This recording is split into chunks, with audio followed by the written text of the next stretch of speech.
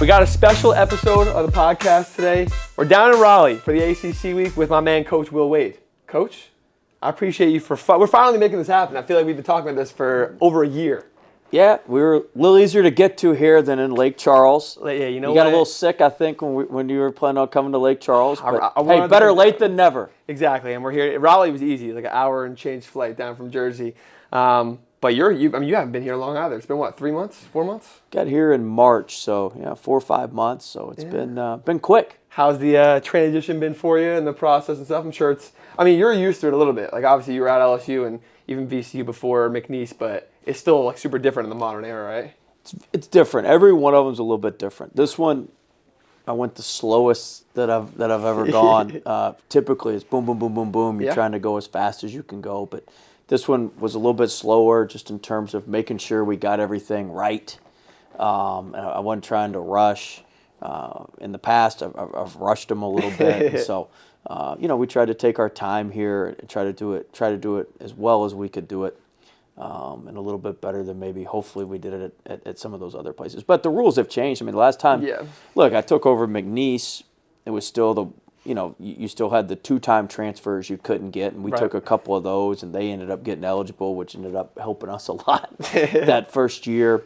And then the second year at McNeese was the first time it's just oxen free like it is now. Good way to put it. and then with at LSU, my last bit of there, we had the portal, but it was only one time. And then, NIL was just then, let's call it officially, getting going. It was just then getting moving. And so this was the first time I've taken over and just in those set of circumstances where it was just, you could offer whatever money you could raise. A little different here too, right? A little bit. Yeah, well, we raised good money in McNeese too. we weren't poor. They weren't eating peanut butter and jellies. They were all right. They were all right at McNeese. But this was the first time that it was in this new era, and I think my staff did a good job. I had some guys that had some experience at some other schools, which helped. Yeah, for sure. You've been around obviously, but talk about with the guys and kind of training and stuff. Now you get started official practice. Obviously, you've had them in the facility for a while. What's different preparing for the ACC versus preparing for the A10, the SoCon, the Southland, the SEC? Like, what's different about the ACC going into it this year? Every league's different. I don't look at it like we got to do what we do. We play a unique style of defense. We do some things that are a little bit unique, and so we got to get good at what we do before we worry about what everybody else does. Now, we also understand that the ACC, they don't turn the ball over as much. We feast off of that. We love turnovers. So these guys are a little. If we're gonna turn them over at the rates that if we're gonna turn this league over at the rates we've turned. Now the Southland's, like JUCO. It's the second highest turnover. It's the second highest turnover rate of any league in the country. You got your turnover margin last year was crazy. It was ridiculous. Now part of it was you're playing guards that'll just hand you the ball if you have any level of competence to you. It's a little bit different. Like these guys are going to. So we're going to have to either ratchet up our pressure or get some or get those steals a different way. Maybe out of our post red. Maybe out of some different things. That we do. And then the other thing is, this is the best shooting league I've been in. The 3-point percentage here is a little bit higher. And our defense, we're one of the few defenses that's a pretty good defense that gives up a ton of threes. Yeah. We give up a ton of looks from three. I think Iowa State is probably the best defense that gives up a ton of looks from three. But we're one of the few defenses that we do that. And so we've got to be aware of that there's going to be some nights that other maybe teams in the SEC towards the end or the Southland weren't able to take advantage of those open looks. Yeah. That these teams, you do that to Notre Dame or some teams like that, it could be a long night. So we're going to have a few more adjustments in, a few more. We're not going to be able to throw fastballs the whole game. We're going to have some curveballs, some change-ups. We're going to have some different looks in. Yeah, that's a good point about that, about the stylistic thing. I feel like offensively too, like the ACC is kind of, even if there are 10 teams that aren't close to the tournament and there's only 4 or 5 getting in, the offensive capabilities, the shooting is still there for sure. I was going to bring that up, like turnovers obviously, you guys feasted off turnovers, even at VCU and even at like Chattanooga, I know is a big thing for you as a coach. But the 3-point shooting, you don't necessarily let people shoot threes, but you'd rather them take contested threes than easier twos or anything inside. Correct. It's the type of threes that they're taking. Yeah. We don't want them. We don't want inside out threes. You know, we want a certain type three, but you're still giving up one of the most efficient shots in basketball. Right. Even if it's, you know, mildly contested or really contested, you're still giving up. You know, numerically, you're still giving that up. But at the end of the day, if they hit 12 threes, that's 36 points. I mean, you're not winning with 36 points. Nobody wins with 36 points. Yeah, I hear. Not even that. Houston can win with that. So. It depends who they're playing against. Maybe depending on the opponent. So you know, if you give up those threes, but you don't foul and you limit the shots at the rim, you know, you can still survive. I gotta tell you, like, I love, obviously every coach, a lot of successful coaches, like, they're nerds of the game. They study the game in every way, and I'm so much like that. I love how you reference teams, because I do the same thing a lot, where you're like, you know, like Iowa State does that really well. Houston will do this, and all these different teams and certain shooting teams, like, you live and breathe like analytics and studying other teams and kind of what they do well and what they don't do well, it sounds like? Yeah, I mean, we have a sense of, part of it is too, you know, we like to know who's good at the stuff that we like to do, and can we learn something from some of those folks. And so we watch a lot of film on those teams. But yeah, analytically, I mean, we know, hey, this team's, you know, these are the teams that have profiles that we like. And here's some teams that are closer to what we like to do than some of these other teams. And so we try to more mimic those teams or study what they do and see how we can, you know, increase our surface level margin for error. Yeah, and I kind of felt like that with Iowa State. With you guys, like, Iowa State system, kind of what you did in McNeese, a lot of like ball hawk guards and guys that can do a little bit of everything. Iowa State was a lot better at it than we were. Well, it's different. But, like you said, Southland, Big 12, like there's levels to it. So but no, Iowa State, TJ Otzelberger, he does a phenomenal job. Yeah. And they've got really good pieces. You know, their transfer classes. They're always good too. Is really good, the way they piece it together, and their parts and pieces fit really, really well together. So I always enjoy watching them whenever I get a chance on Big Monday, whenever they're playing. But I guess now that I didn't realize, the ACC, we have like 3 Monday games, so the ACC's on Big Monday. Interesting. And so we'll have some Monday games. So I feel like it's going to cut into my Southland viewing I on was about to say Mondays. the Southland Saturday, Monday. So it's going to cut into me watching the Pokes on Monday night when we're playing. And they're going to be nice again. We know that. Oh, they're going to be really good. Hell yeah. They're loaded. Right, you didn't just leave them off. ACC stuff. Biggest thing here is the research triangle, obviously, right? Duke, North Carolina, NC State. Although I don't know if you refer to them as different things. I won't say the names on camera, I guess. What you might refer to them as. But how close are the schools? I mean, they're super. 20 minutes? About 25 minutes from each other. It's just crazy. It's awesome to have that. NC State had a Final Four, obviously, but for a majority of the last decade or so, like, the rivalry has been Duke and Carolina. Duke, obviously, have recently, but what does that, like, trio rivalry, that triangle, like, do you, like, look at that as just like, oh, it's just part of the ACC, or you look at that and be like, this is our opportunity to put our program back on the map? I think a little bit of both. I think it is part of being in the ACC, but I think that's what makes the ACC really cool is Tobacco Road. You've got 3 of us here right next to each other. You've got Virginia right up the road. Yeah. You've got Wake Forest right down the road. You know, I think that's what the original conference was built around 5 teams within 2.5 hours of each other. That's great. Then you got Clemson right down the road, another 3.5, 4 hours. You know, so the original conference was built, you know, pretty tight. Yeah. And I think that basketball matters in this area. This is probably one of the few areas in the country where college basketball is more popular than college football. Oh, yeah. And so, I mean, you could put the triangle area, probably the state of Kentucky. Indiana, also, I guess. Yeah. Although Indiana football is getting pretty good. But that's true, yeah. Then they got Notre Dame, and they love football.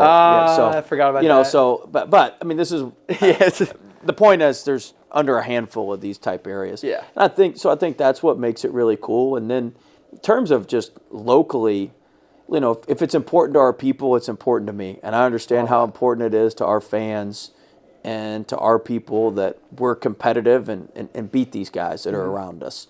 But I think part of what's been our problem at NC State is we spent so much time worrying about, hey, these guys have this and these guys have that and we don't have this and we need this to beat them. And all. like we spend so much time worrying about other people, we don't focus on what we do have. And we've got really good stuff. And if we can maximize, look, we're different than those other two schools. We're a little more rugged, we're a little more, our background here is a little bit different than those guys.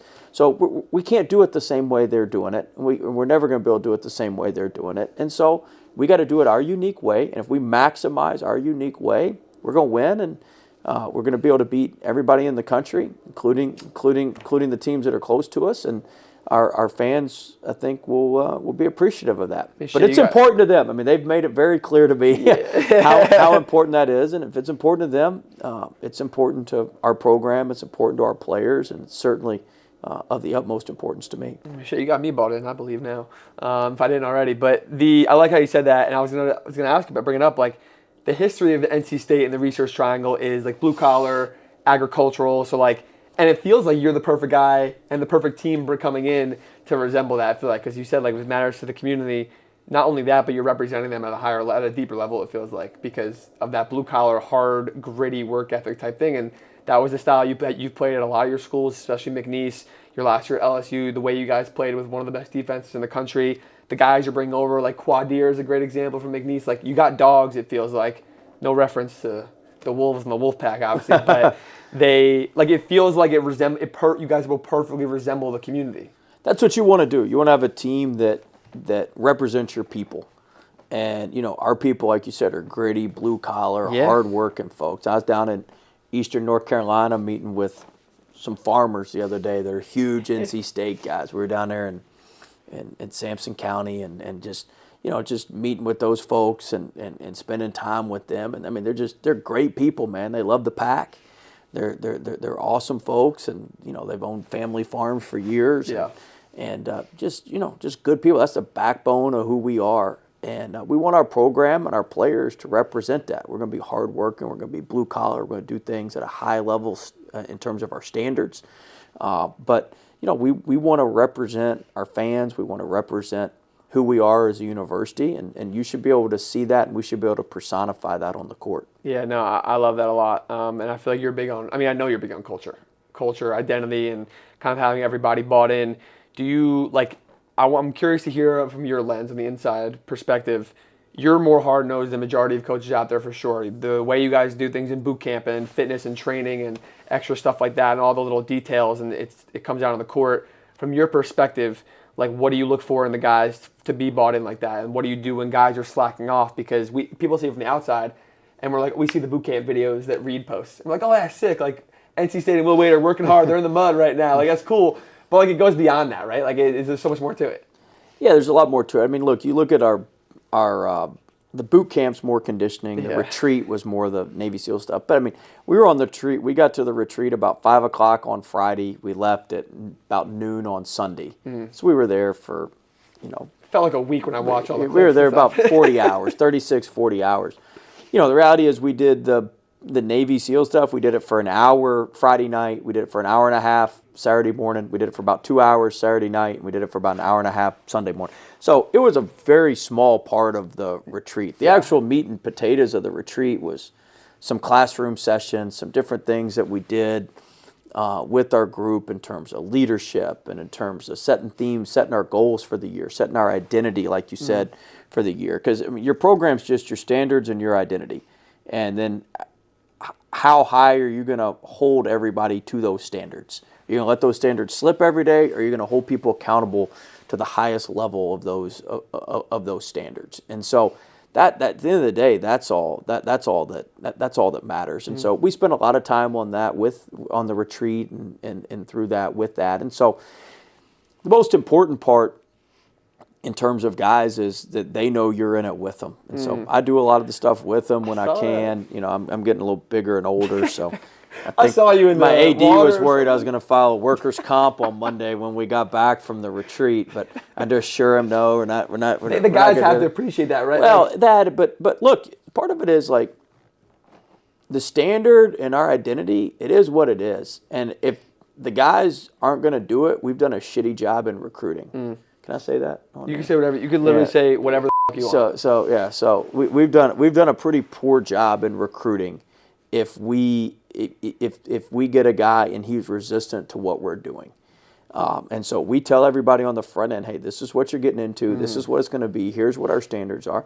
And then we also, we like guys who are resilient. We want guys who have overcome some adversity to get to NC State. I've overcome some adversity to get to NC State. So we want guys who have done that, because it's not all, look, we don't sit around a campfire and sing songs and roast marshmallows all day, right? That's not what we're doing. Like, we're running a highly competitive Division I basketball program. This isn't the YMCA. So, we've got to have guys that are ready to fight. Like, everybody can do good work when the conditions are perfect. The guys who separate themselves, who can do great work in tough conditions. Like, any sailor can just sail a boat when the weather is perfect, when it's like today. But when the storms come, who can get that thing to shore? And so we're looking for guys who can do that. When you have guys who can do that, they're going to really appreciate the process of what it takes to get to that point. And that's really what the boot camp and the retreat and all that sort of thing is for. Yeah, no, I like that a lot. And talk about, like, the specific players where earlier, I forget what you were talking about, but you were talking about almost like recruiting with intent of, like, the right guys. I think it was Iowa State. And, like, bringing in the right guys that fit the system, fit the culture of what you want. And, like, people see, obviously it's not easy. You're on a short term in the portal when you come over in March and April, and you got to get going. Like, you're moving, you bring over 2 McNeese guys, I think it is, right? And then, like, you're just doing everything you can. But you're, like, going after the right guys where, like, Darian obviously works, like, super hard all over. Matt Abel, freshman, come in who seems like he's just built for, like, a program like this. And obviously the McNeese guys are used to that. But talk to me a little about that, of, like, finding the right guys, because that's like a 2% or 5% of players that you're like, yeah, no, this guy gets it, because most players don't. Yeah, and when they come and they feel our program, like, they usually know, like, hey, I'm with it or I'm not. Like, Trey Holloman, he's all about what we're about from Michigan State. Like, he's just an absolute pit bull, and I love him. And so, like, we just kind of knew, like, you watch, and he comes from a winning program. He's a captain at Michigan State, for goodness sakes. Like, he's been coached by Tom Izzo. Like, it's crazy. Like, so it's incredible. So that, like, he's going to be pretty far along with what he's doing. And but he's just a great fit for us and who we are and how we operate. Arsenault, who we talked about, Houston earlier. Coming from Houston, a defensive-minded program. He's long, he's athletic, he can get in passing lanes. Like, there's just a lot of things that are, that translate to wherever it goes. Van Allen, Lubin, and I've known him for a long time, and just how well he played at Vanderbilt. And kind of so you look for those type traits and those type guys, and then you got to go get them. Identifying them is one thing. Then you got to go. You gotta go get the suckers. And that Trey Holloman's a great example. Yeah, I need to ask you. Obviously, there's NIL money in the world. How do you go get Trey Holloman, pull him away from Michigan State when they retain so many guys? He was already in the portal. I didn't even know who he was till he got in the portal. What? And so we knew one of his agents. We knew pretty well, and the agent called us, and we watched him, and I was like, oh wow, yeah, like this is a real deal. And we got him in on a visit, and we spent time with him, and. He's from Minneapolis. There ended up being a trainer from Minneapolis that I've known that worked about. You end up just having some connections when you start in on it. But a lot of the time, somebody brought it to us, and it actually got brought to us through another player that he was close with that had played for us. Interesting. And the agent. So they kind of doing math in my head. I'm like, they kind of knew. No. He played like in camps with them, and So sometimes it's just our best recruiters are our players. We get almost all of our guys through like our former players or guys who played for us or guys who are around us, and they're like, hey, like maybe I didn't get the opportunity to go play there, but this is where I was going to go, and you should look there. Our former players, all that sort of stuff. When the portal opens, I get 10 texts from our former players. Hey, look at this kid. Look at this kid. Good. It's a good problem. That's how we got a lot of our kids at McNeese. I didn't even know who some of them were. And like Bryant Celebange, our big guy, he was roommates with Adam Miller, who played for me at LSU. And Adam's like, hey, this kid's your perfect kid. You need to go get him. So a lot of times we just get them through those guys. Yeah, no, that's interesting. So you watched Trey Holloman tape, I imagine, right? Oh yeah. You saw the Maryland shot? Oh yeah. I was sitting. He tells us about it about once a week. I'm going to have to bring it up to him tomorrow. So, my big brother behind the camera, he went to Maryland. Oh, no. Years ago. We're here for the pack. Don't worry. Yeah, it's all right. But I was sitting. You want to know something crazy? When Yeah. I was a manager at Clemson, we played the last game in Cole Fieldhouse. Ever? It's the last game in Cole Fieldhouse before they. But you were a manager. I was a you said. manager Oh, at Clemson. shit. That was a long time ago. But 2002 is the year after the title. 2002, yeah. And so it's the last game. That's crazy. The locker room the visitors' locker room at Cole Fieldhouse was maybe the smallest visiting locker room I've ever been in. Smaller than Maui's? I know you've been there. It's so. smaller than Maui. The only one that's even close to as small as that is Tennessee Tech's. You ever been to Tennessee Tech? You probably never No, been I have to not been to Tech. Tennessee Tech. I didn't figure you had. Tennessee Tech. You want to know who's got an incredible visitors' locker room? Please. You want to know like the best visitors' locker room in Division I basketball? You're going to be stunned. It's a SoCon school? Or No. something like that? It's a Southland school. getting There's a Southland. Corpus Christi. Huh? Corpus Christi. No, their stuff's terrible. Oh, no, I've never been there. It's an old hockey arena. No, it's a their downtown arena is nice, but no. The bet you'll never guess it. Tell me then. Texas A&M Commerce. What? East Texas A&M. Yeah, we were talking about this the other day. East Yeah. Texas A&M. They changed their name.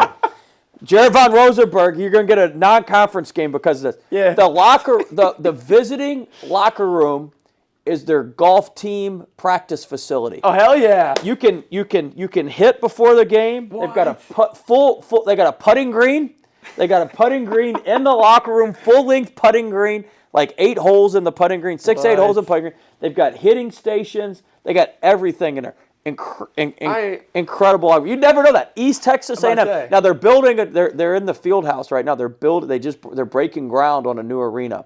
No, we don't want that. Don't So, change the locker room. I don't know. It's going to be garbage. I don't know how that's gonna go. Cole Fieldhouse now is used for intramural indoor soccer. There you go. I remember seeing him graduate there too. There we go. From like a But the side locker, graduation. how we get? Oh yeah, the locker room. I know what you were talking about. The locker room there. Trey Holloman hit the shot. Then we got into Cole Fieldhouse's locker room. Then we went to Tennessee Tech and Texas A&M Commerce. Tennessee Tech won't go to. East Texas A&M / Texas A&M Commerce will go to as an away team. Noted.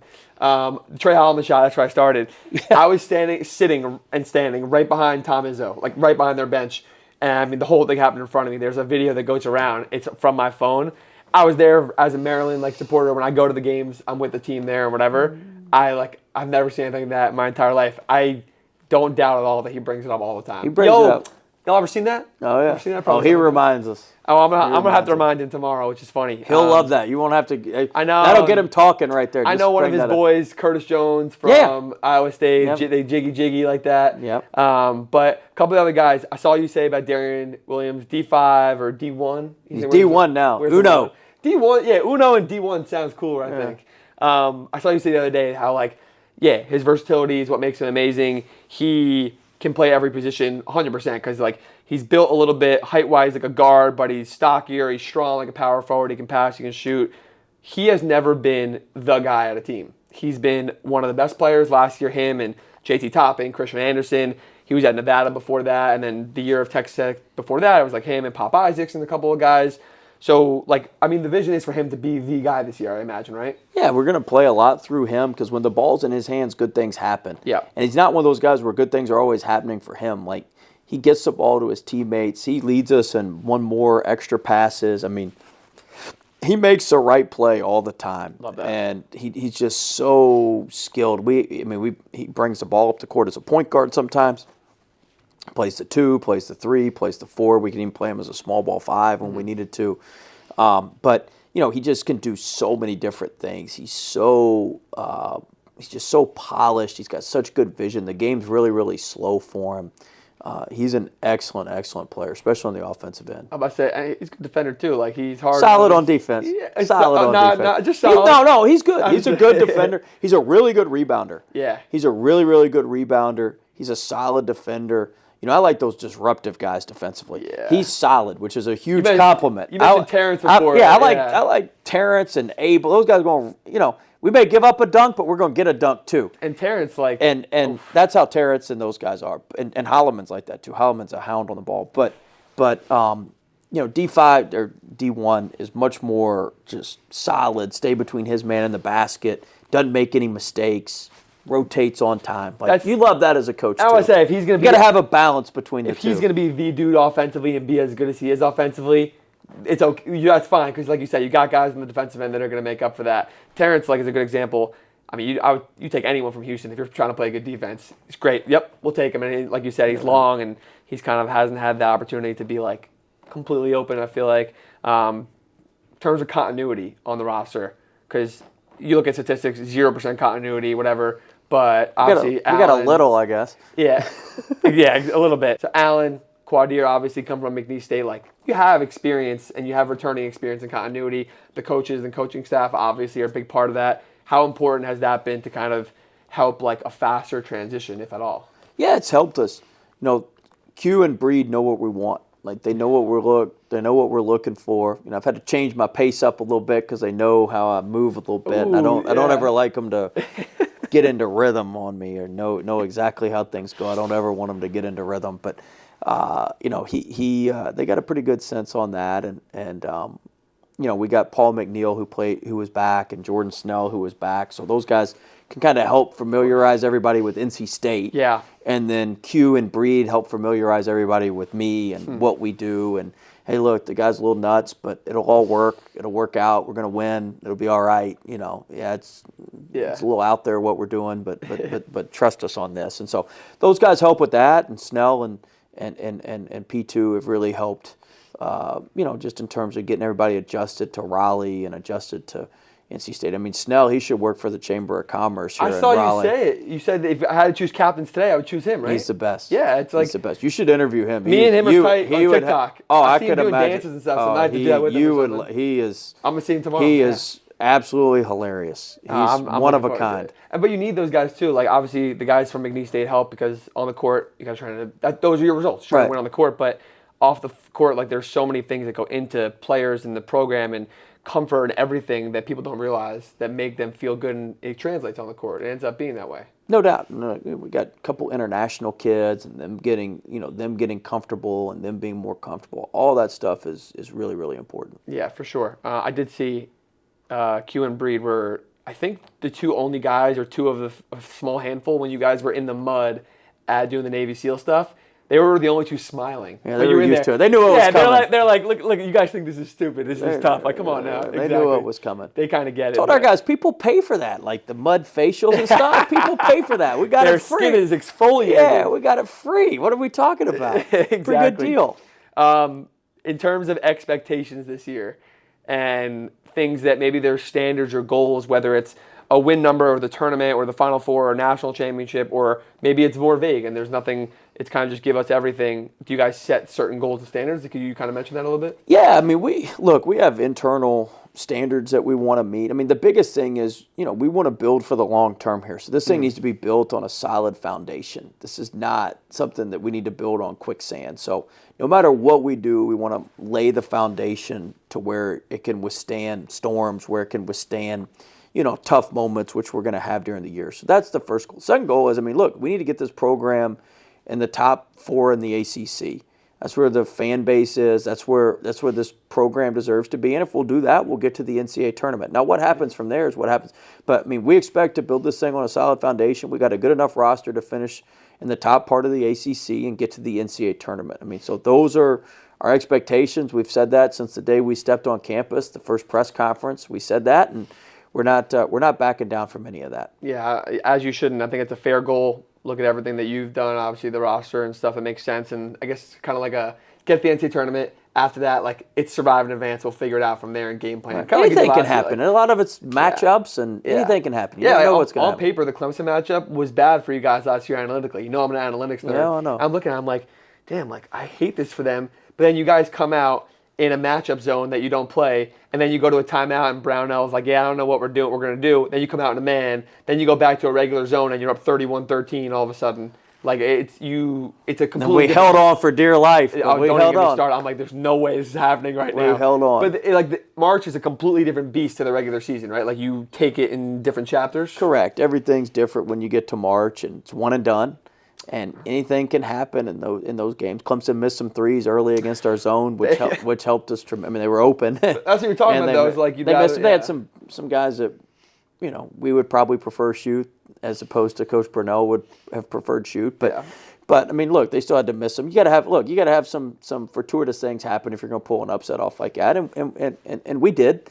But you're right. I mean, analytically, it was with their height and with their ability to generate steals. They're similar to you guys. A lot of our advantages were negated a little bit, but. And we didn't even, usually when you spring an upset, you really shoot the ball well from three. We didn't even shoot the ball well from three. We didn't shoot the ball great from the free throw line. It was all defense, yeah. Yeah, we just kind of gutted it out and found a way. Yeah, someone posted a video, a guy who does Andrew talks hoops on social media, and he spotted you out with a play call sheet. And our coaches have stuff in their hands, whatever, but he said you look like a defensive coordinator for a football team. It's exactly what you look like because you're like hunched over. You got this play call sheet with highlights and marks and writing all over it, and it looks exactly like you were a D coordinator for the best defense in the NFL or something like that. Well, we weren't that, but yeah, we try to write everything out and have different highlight colors that mean different things so I can get our coverages right. But Chambers does a good job with the defense. I just try to support him a little bit. Fair. He's like the DC basically? He's the DC basically. I like that. Let's call him Rex Ryan. Hey, we're Jets fans. There you go. If you knew that, let's go. I didn't know that. There we go. You mentioned... That's right, Jets and Mets. Well, most are Jets and Mets, right? Thanks for reminding me, yeah. No, it's Giants, Yankees, all over the place. I'm saying that most of the Jets fans are Mets and the Giants. It's more common Jets, Mets. I see more Jets, Yankees, or Giants. Giants. I see a lot of Giants, Mets. I think you're wrong. I think you're right, Coach. Sure, it's a mix too. Especially in New Jersey, it's a bigger mix than in New York area and stuff like that. Either way, our sports life sucks. Yeah, it sucks. So it's whatever. You brought up you keep mentioning like the storm references and stuff like that. I like that. I know you're a big metaphor guy. Huge metaphors. Are there certain metaphors outside of the storm, weathering the storms, that you always go to or that you like live and die by, your favorite kinds? No, I mean, a lot of it changes based on the circumstances, kind of what we're dealing with. Like right now, I'm talking about that because we're trying to build a foundation. Right. And you kind of know what's coming and you want to be rock solid. And you've probably seen the lighthouse I have with the waves coming over it on the TVs around here. No, I got to open my eyes more. You're going to see them. Yeah, they'll be down there. You'll see them. So, part of it's that. No, I mean, I always talk to our guys about you got to do best work when the chips are down. So, I mean, I have some themes I kind of go back to, but a lot of it's just kind of in the moment and what the feel is, and you can't pre-plan a lot of that stuff. That's not, you either got it or you don't with metaphors, I feel like. You got it. I'm going to ask the guys tomorrow, by the way. Oh, they'll have some great ones. Exactly. I'm like, hey, like Coach Wade's best metaphor. There'll be some crazy Especially stuff. Especially from the Big East guys. They're going to have some good ones. Q will talk for 10 minutes about it. Q will have all sorts of stuff. I look forward to it. Off the court, I feel like people know nothing about you, which is crazy because you've been a coach for a good amount of time at this point at power levels and high levels and in the media a lot. You're well known. Please tell me something off the court besides basketball and outside of here that you're passionate about or that you do that people wouldn't know about. Not much, really. I mean, I've got a wife and a daughter. My daughter's a really good gymnast. Okay. She came in second all around this past weekend. Nice. I've got a wife and a daughter, and I run every morning. Most people know that. I'm on the run streak, so I run every morning. But outside of that, I mean, this is pretty much all I do. I don't have a lot of hobbies. You don't have a lot of time. You don't have a lot of time to do a whole lot of other stuff. I'm going to say you're busy. I feel like you mentioned before, the guys kind of get this guy's a little crazy, talking about yourself. But, the most successful college basketball coaches are a little crazy. You got to be a little off. Yeah, exactly. And I get that, and I feel that. And if you're not, the success won't be there in that sense, I feel like. So his hobbies are Southland Mondays. Southland Mondays are your hobby. I love it. Exactly. So, hey, that's all I got for you today. I appreciate you for taking time to get on the podcast. Obviously, we're going to check out practice tomorrow because TP, we were with TP before this in the equipment room. Yep. He told me, and that's how, it's going to be nothing you've ever seen in a practice. And I was like, I look forward to it. So. I wouldn't go quite that far. No, that's what he said. He's only been at Carolina, not to knock. You're getting in trouble now. You sound like me at our booster functions. It wasn't Huber. It wasn't Huber's time. It was Roy. So it's okay. I can say those things. But I'm still looking forward to it, and I appreciate you for having us down here and stuff like that. Absolutely. So. Thanks for coming. We appreciate all you do for college basketball. Hell yeah. What do you guys say? Go Pack or like this? Go Pack. Go Pack, baby. There you go.